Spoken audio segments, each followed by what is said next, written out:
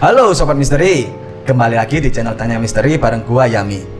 Untuk kali ini, gua akan menyajikan sebuah cerita yang berada di salah satu daerah di Jawa Timur, yaitu Alas Purwo yang berada di Banyuwangi. Pasti kalian pernah kan mendengar cerita-cerita tentang Alas Purwo, bagaimana seremnya Alas Purwo, bagaimana kisah-kisah mistis di sana, ya kan? Banyak sekali kan? Dan kebetulan juga gua pernah ke Banyuwangi, tapi ke sebelahnya, bukan Alas Purwonya. Oke, seperti biasa, kalau mau menonton video ini atau menonton video channel Tanya Misteri lainnya, jangan lupa pergi ke tempat yang sepi. Bisa di pojok kamar, bisa di kamar mandi, bisa di gudang atau di tempat yang lain asalkan sepi. Terus jangan lupa juga matikan lampu. Yang terakhir, pakai headset supaya bisa terbawa suasana seremnya gimana tentang cerita kali ini. Oke, tanpa banyak basa-basi, kita masuk ke ceritanya.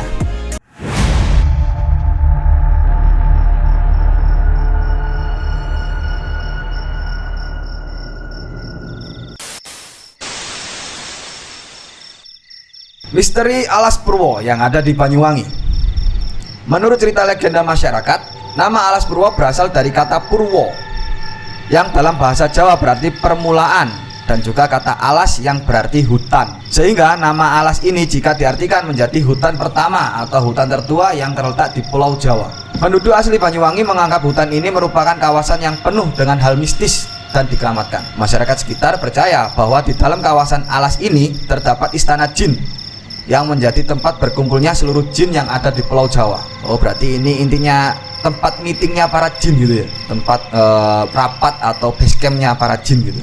Ngeri juga ya. Adanya banyak gua, kondisi hutan yang masih perawan, hingga banyak tempat yang sering dijadikan sebagai tempat melaksanakan ritual kepercayaan tertentu, membuat suasana mistis di kawasan alas ini semakin terasa. Penampakan makhluk halus juga cukup sering dijumpai oleh masyarakat sekitar. Banyak orang pintar atau orang yang memang paham mengenai hal mistis mengatakan bahwa kawasan Taman Nasional Alas Purwo memang cukup sakral dan berbahaya. Pengunjung Taman Nasional diharapkan dapat benar-benar menjaga sikap dan ucapannya selama berada di sana. Jangan sampai menyinggung atau mengganggu makhluk halus penghuni alas. Jika hal-hal yang tidak diinginkan terjadi, pengunjung bisa saja disesatkan oleh penghuni yang merasa terganggu hingga tak bisa kembali. Cerita misteri Alas Purwo serta suasana mistis yang begitu kuat di kawasan tersebut dipercaya memiliki keterkaitan dengan legenda kuno yang mengatakan bahwa alas ini dulunya menjadi tempat rakyat Majapahit melarikan diri dari desakan penyebaran agama Islam yang masuk di Pulau Jawa.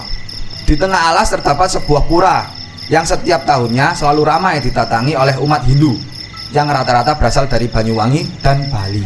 Setiap tanggal 1 Suro atau 1 Muharram dan setiap bulan purnama muncul, kawasan alas yang berada di Banyuwangi ini selalu ramai dikunjungi orang yang ingin melakukan berbagai kegiatan berbau mistis, seperti bersemedi, mencari tumbal, mencari wangsit, dan ilmu hitam.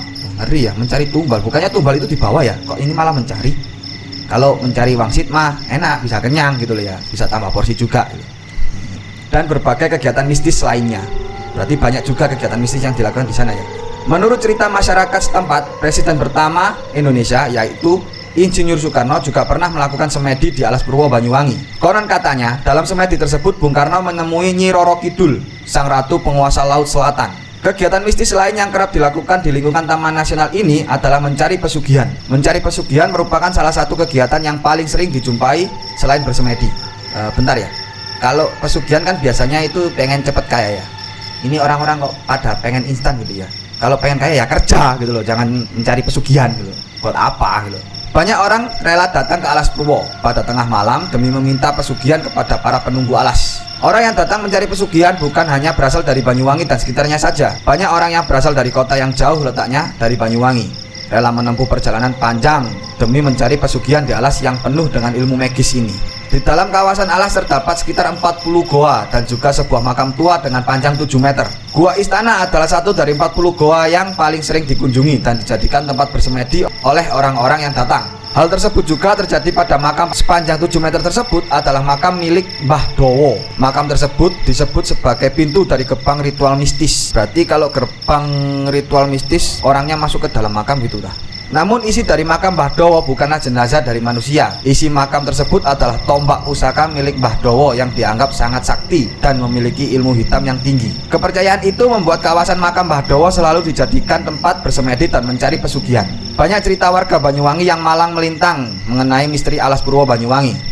Cerita mengenai misteri Alas Purwo Banyuwangi memang tak pernah hilang di telan waktu. Banyak orang yang dinyatakan hilang dan tak pernah kembali setelah mengunjungi Taman Nasional Alas Purwo. Banyak teori juga yang berkaitan tentang peristiwa tersebut bermunculan dan menyebabkan misteri Alas Purwo Banyuwangi semakin panjang dan sepertinya tidak akan pernah berakhir. Teori yang paling kuat mengatakan bahwa orang-orang tersebut menyinggung dan mengganggu ketenangan para penunggu alas. Teori lain juga mengatakan bahwa orang yang tidak pernah kembali telah membuat kesepakatan dan menikah dengan penghuni alas, kemudian mereka diajak tinggal dan hidup di alam gaib, meninggalkan alam manusia. Dari berbagai cerita misteri Alas Purwo, dapat disimpulkan bahwa siapapun yang ingin mengunjungi Taman Nasional yang ada di Banyuwangi dihimbau agar selalu menjaga sikap dan juga ucapan agar tidak mengganggu ketenangan arwah penunggu alas. Percaya atau tidak percaya, selama pengunjung tidak mengganggu dan bersikap baik, penunggu alas juga tidak akan mengganggu ataupun berlaku usil pada semua pengunjung. Oke, itu tadi cerita dari Alas Purwo Banyuwangi. Sebenarnya di Banyuwangi itu banyak alas sih. Ada alas Baluran, ada alas Purwo, dan beberapa alas lainnya juga sih. Kalau orang-orang Banyuwangi banyak yang bilang Alas Purwo itu yang paling mistis di antara alas-alas yang lain. Bagaimana menurut kalian tentang Alas Purwo ini? Kalau gua sih sebenarnya bukan ke arah mistisnya ya. Jadi gini, di Banyuwangi itu kan ada banyak sekali alas ya, atau hutan. Banyak sekali hutan di sana dan banyak dan hutan-hutan itu termasuk hutan lindung. Dan di dalamnya juga itu banyak sekali hewan liar.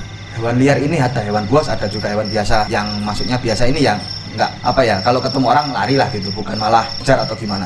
Jadi menurut gua kalau ada orang hilang di alas atau di hutan yang berada di Banyuwangi, terutama di hutan Purwo ini, Alas Purwo ini, sebenarnya bukan disesatkan sih kalau menurut gua. Bukan disesatkan sama arwah yang di sana. Tapi kemungkinan besar itu entah itu dibunuh atau dimakan sama hewan buas yang ada di sana. Karena jika kita pengen ke Alas Purwo itu ada guide-nya dan harus membawa mobil, nggak boleh pakai motor. Jadi kan bisa disimpulkan kalau memang berbahaya di sana, berbahaya dalam arti banyak hewan buas di sana. Bukan tentang mistisnya ya.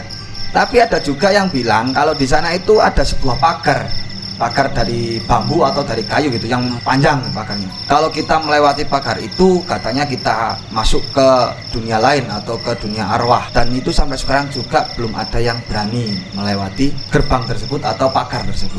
Oke, sekian kesimpulan dari gua. Bagaimana menurut kalian? Mau jalan-jalan ke sana atau mau menikmati aura mistis yang ada di Alas Purwo supaya bisa merasakan gitu ya? Dan jangan lupa pesan dari gua, kemanapun kalian pergi, entah itu ke Alas Purwo, entah ke itu Alas Baluran atau hutan-hutan lainnya yang jauh dari pemukiman atau jauh dari penduduk, jangan pernah bersikap usil atau berkata kotor. Sebenarnya di semua tempat kalau berkata kotor dan bersikap usil pasti penghuni sekitar itu marah gitu. Oke? Sekian dari gua, jangan lupa klik subscribe, lonceng dinyalain, dan share video ini atau channel ini ke teman-teman kalian supaya kalian punya teman untuk nonton video ini atau video dari channel Tanya Misteri. Oke, sampai jumpa di video selanjutnya. Bye bye.